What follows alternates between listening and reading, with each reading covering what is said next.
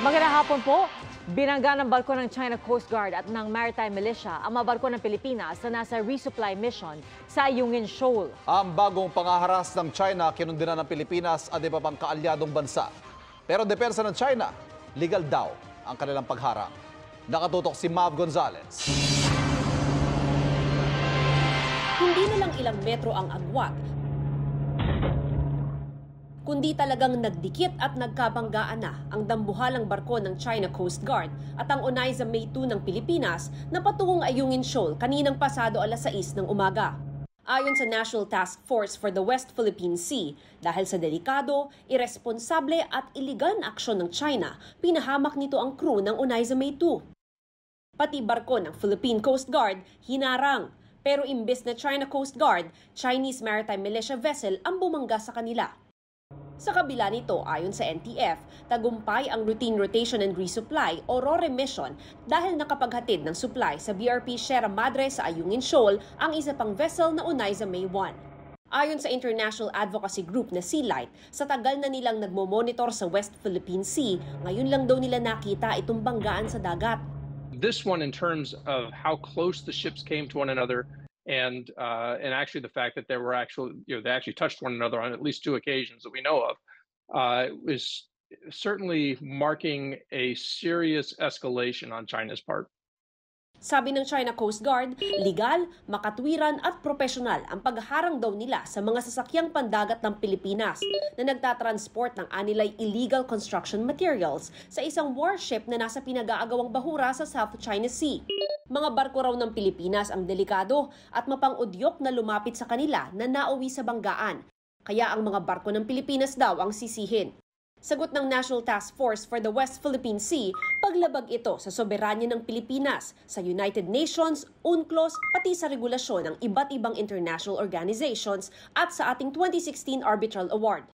Nagpahayag din ng suporta sa Pilipinas ang Amerika, Canada at European Union at nanawagan sa China na sumunod sa international law.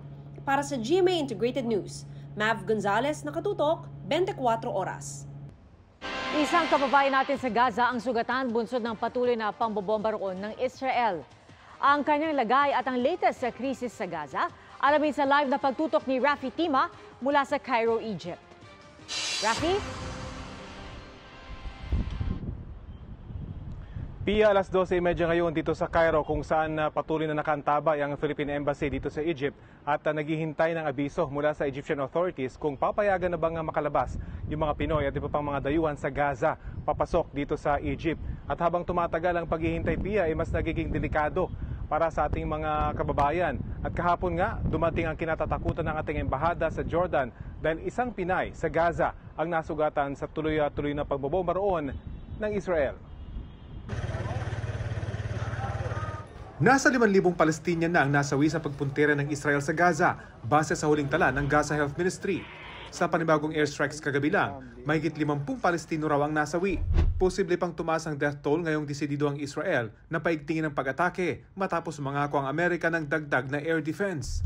Ang Cairo Peace Summit kahapon tila walang kinahinatnan dahil sa di pagdalo ng mga kinatawan ng Israel. Dumaluma ng Amerika, hindi raw senior official ang nasa pulong. Kaya walang inilabas na joint statement ang mga dumalong world leaders. Pero maring kinundinan ng Arab leaders doon ang pambobomba ng Israel sa Gaza. Kabilang ang Egypt at Jordan na ilang taon nang may mapayapang relasyon sa Israel. Sakop ng embahada ng Pilipinas sa Jordan ang Gaza. Sa kanilang patuloy na pagkumusta sa mga Pilipino roon, bangungot para sa kanila ang natanggap na tawag na may kababayan na tayong nasaktan sa nagpapatuloy na giyera. Mismo ang tinamaan. Okay. Kamusta na yung mga anak mo? Okay na yung mga bata? Okay, walang nasaktan. Hindi naman dumalubha ang tinamong sugat ng Pinay. Yun nga lang, nasira raw ang kusina ng tinutuloy ang bahay. Hindi naman napano ang kwarto kung nasaan ang kanyang mga anak. Okay, lumipat na kayo sa safe place. Pag tatawag-tawag na lang, kakamustahin na lang namin uli kayo. Tatawag uli kami. May trauma rin daw siya sa nangyari. Grabe ba? Hindi naman. Hindi naman grabe, pero kasi lahat ng katawan nakikipigil. Okay lang. Pero nasa safe place na kayo, lumipat na kayo. Lumipat na kami Ang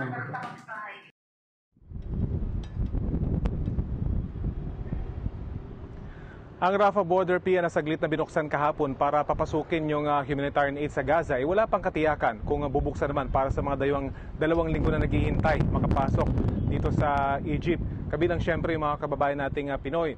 Ang ating embahada dito sa Cairo ay handa raw anumang oras sakaling payagan ng magtungo sila sa border para sunduin ang ating mga kababayan. At yan ang latest mula rito sa Cairo, Egypt. Balik sa iyo, Pia. Ingat at maraming salamat. Rafi Tima nagulat live mula sa Cairo, Egypt. Samantala, nasa Israel po ngayon ang GMA Integrated News, ang unang Philippine media team na nakapasok doon. Ilang Pilipino sa Israel ang nais nang makabalik sa Pilipinas para matakasan ang gulo. Pero may ilan namang bumalik sa Israel para magtrabaho ulit. At nakatutok live mula sa Tel Aviv, Israel, si JP Soriano. JP.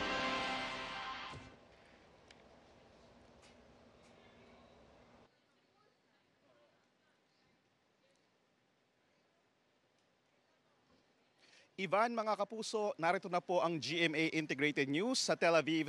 Ang kabisera ng bansang Israel na kamakailan lang ay inatake ng grupong Hamas matapos nga ang pag-atake nila sa southern Israel sa border ng Gaza. At dito po hindi naging madali ang pagbiyahe ng aming team dito sa Israel dahil nga po halos walang flight papunta dito at tanging mga diplomats at mga repatriation lang ang pinapayagan at yung mga kailangan pumunta rito. Pero nakasabay natin kanina sa Dubai sa ating connecting flight ang ilang Pilipino sa Dubai International Airport sa bansang UAE namin nakilala ang mga OFWs na sina Alan at Jenny Rose. Pero hindi sa Dubai ang kanilang final destination kundi dito nga sa Israel kung saan sila nagtatrabaho bilang caregivers. Nag-transit lang sila sa Dubai mula Pilipinas dahil walang direct flight pa Israel sa Pilipinas. Saglit silang nagbakasyon sa Pilipinas nang mangyari ang pag-atake ng Hamas sa southern Israel sa border ng Gaza. Ilang beses na cancel ang kanilang flights pabalik ng Israel kung saan naghihintay ang kanilang employer at maging sa Pilipinas marami rin ang tinatanong kung matutuloy ba ang kanilang flight pa Tel Aviv. Pero hanggang sa Dubai Airport, ilang beses ding pinalipat ng counter ang mga OFWs pati na rin ang aming team at hiningan pa ng ibang dokumento bago makaalis. Ayon sa mga aviation staff ng ilang airlines sa Dubai, halos 90% ng mga regular na flights pa Tel Aviv ang nawala. Ngayon, iisang airline lang ang may flight pa Tel Aviv, ang kabisera ng Israel. Matapos ang ilang oras, natuloy din po ang flight ng mga kababayan nating magbabalik Israel kasama ang aming team at pagdating sa Ben Gurion International Airport kung saan po tayo naroon ngayon, dumaan din sa maraming screening ang aming team bago nakalabas ng airport. Kapansin-pansin na halos walang mga pasahero pero maraming Israelis na nakabase na sa ibang bansa ang nagsisibalikan sa Israel para makasama ang kanilang pamilya at kababayan sa panahon ng giyera. Kung bumalik ng Israel ang ilang OFWs, uuwi naman sa Pilipinas ngayong araw ang ikatlong batch ng mga Pilipinong kasama sa repatriation efforts ng gobyerno ng Pilipinas. Ngayong araw po ay hinatid na kasama tayo sa mga naghatid sa abot sa 25 na Pinoy workers sa Israel, ang kasama sa mga tinutulungan at inaasikaso ng Philippine Embassy sa Tel Aviv ang uuwi ngayong hapon dito sa Israel. Ngayong umaga dito sa Israel at bukas ng hapon sa Pilipinas darating. Kasama sa mga babalik ng Pilipinas ang isang Pinay caregiver na hinatid mismo ng apo ng lolang inalagaan ng ilang taon na Israeli national. Naging emosyonal po ang kanilang paalamanan sa isa't isa at nangakong muling makikita pag natapos ang digmaan. At yan nga po muna ang latest dito sa Tel Aviv, Israel. Patuloy po tayo magre-report dito. Kasama rin po ang ating kasamahan si Rafi Tima na nagre-report naman sa border sa Egypt. At ang GMA Integrated News nga po ang isa o unang Philippine media na nakapag-cover at nagko-cover ngayon dito sa Tel Aviv. Yan muna ang latest. Balik po na sa iyo, Ivan. Maraming salamat, JP Soriano. Live po yan mula sa Israel. Isang motor tanker ang nagliyab sa dagat sa Batangas City. Ang sa Philippine Coast Guard, nagsimula ang sunog bandang alas 9 ng umaga kanina at naapula matapos ang 2 oras. Sa 7 tripulante ang barko o ng barko, 2 po ang nasawi. May isang malubhang sugatan ang nasa ospital at may 2 namang nawawala. Patuloy ang investigasyon. May inilatag ng repatriation program ang pamahalaan para sa mga Pinoy sa Lebanon ngayong Alert Level 3 o voluntaryo na silang pinalilikas. Bunso nito ng pangambang tumindi ang hidwaan ng Israel at ng grupong Hezbollah sa Southern Lebanon na kaalyado ng grupong Hamas. May mahigit 17,000 Pinoy ngayon sa Lebanon. Ayon sa sabit sa Super Radio DZBB ni DFA Undersecretary Eduardo De Vega, nakikipag-ugnayan na sila sa Filipino community roon. Nanawagan siya magpa-repatriate na raw ang mga Pinoy habang maaga pa't madaling makalabas. Naiuwi na sa bansa ang labi na isa sa mga Pinoy na nasawi sa pag-atake ng grupong Hamas sa Israel.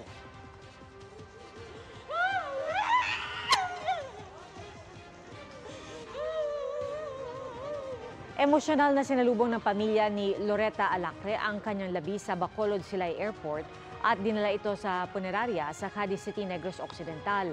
Lalo silang naghinagpis na makita ang naging itsura ni Loretta. Bukas iuwi na ang kanyang labi sa kanilang bahay. Nasa Pampanga naman ang labi ng OFW na si Mary Grace Santos na pinaslang sa Jordan. Ang kanyang pamilya hustisyang hiling sa karumal-dumal na sinapit ng biktima. Ililibing siya sa Sabado. Mga kapuso, ang lamig ng Tagaytay, mas madarama ngayong amihan season na. Pero ingat lang din dahil uso rin ang mga sakit na nakukuha tuwing malamig ang panahon. At yan ang tinutukan ni Von Aquino. Amihan season is here. Kaya naman ang mga turista, Tagaytay City ang punta. Mahaba man ang lakarin paakyat ang People's Park in the Sky, sulit naman dahil sa ganda ng tanawin na binalot pa ng fog.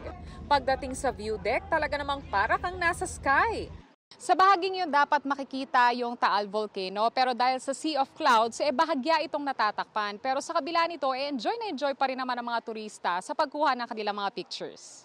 Nung hinangin nga yung fog, tas nag-clear, napakaganda talaga. At ano pa nga ba ang perfect sa maginaw na panahon lalo na kung nasa Tagaytay ka? Siyempre, ang mainit at malinamnam na bulalo habang pinagmamasdan ang breathtaking view ng Taal Volcano. Super sarap po. Perfect siya sa cold weather dito sa Tagaytay.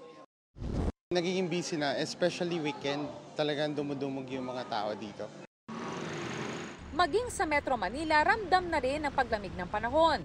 Kaya dapat palakasin ang resistensya dahil nauuso din ang ilang sakit.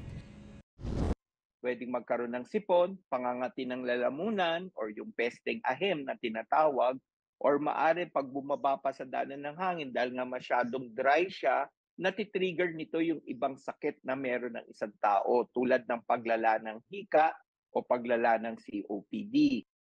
Kung may sakit, mainam na kumonsulta sa doktor. Dapat din daw panatilihing hydrated ang katawan, kumain ng masustansyang pagkain, at kung may hika, ituloy ang maintenance medicine. Para sa GMA Integrated News, Von Aquino, nakatutok, 24 oras.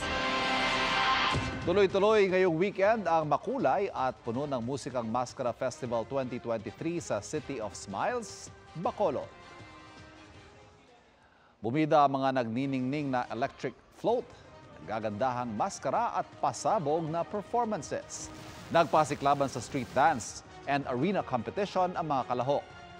Isa sa mga hurado riyan, si GMA Senior Vice President Attorney Annette Gozon Valdez na nakisaya sa Mascara Festival.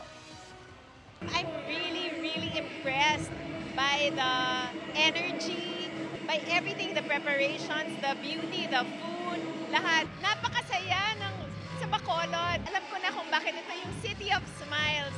So it's becoming one of my favorite cities in the Philippines. Sumentro po sa kahalagahan ng kawayan ang 23rd Learn and Earn from Bamboo Experts sa Carolina Bamboo Garden sa Antipolo City. Pinangunahan niya ng founder na si Carolina G. Jimenez. Sa event, ipinakita ang halos 50 bamboo species at may demonstration din sa pagtatanim ng kawayan. Tinalakay din ang bamboo treatment process para tumagal ang buhay ng mga kawayan. Kabilang sa mga dumalo, galing pang probinsya na layon daw na maibahagi sa iba ang natutunan. Napakahalaga sa ating buhay. Ang bamboo mula sa roots hanggang sa pinakataas na portion may gamit. Ang aking passion is to impart to our kababayan the importance of bamboo. Bamboo can be used for any type of building. It can be used for houses, huge event centers, and pavilions. But in order for it to be used correctly, we need to make sure they're safe and strong and resilient. Binaha ang ilang bahagi ng Mindanao kahapon.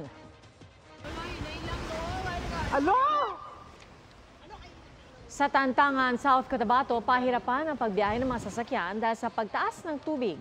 At pinasok naman ng baha ang ilang bahay sa barangay New Pasig sa Tacurong City. Ay sa Pag-asa, thunderstorm ang nagpaulan sa mga yan. At ito rin ang inaasahang maka-aapekto sa bansa bukas, pati ng amihan at shearline. Sa 3-day forecast sa Pag-asa, magiging maliwalas ang panahon sa Metro Cebu at Metro Davao pero asahan pa rin ang mga pagulan. Magiging maulan din sa Metro Manila pero inaasahang bubuti ang panahon pagdating ng Miyerkules. Base sa rainfall forecast ng Metro Weather, umaga pa lang bukas ay may hanggang malalakas sa ulan sa malaking bahagi ng bansa. Mas umiinit pa ang labanan sa hardcourt ng NCAA Season 99 Men's Basketball. Ngayong araw, nagtagumpay ang San Beda Red Lions sa laban kontra EAC Generals sa score na 86-72. Sa second game, nagwagi rin ang Benilde Blazers kontra sa Letran Knights sa score na 68-55. Nangunguna pa rin ang Mapua Cardinals sa may 8 wins at 1 loss. Abangan sa Martes na hapon ang laban ng JRU Heavy Bombers kontra LPU Pirates na susundan ng tapatan ng Emilio Aguinaldo College Generals at San Sebastian Golden Stags. Mapapanood ang laro live sa GTV at live stream din sa social media accounts ng GMA Sports at NCAA.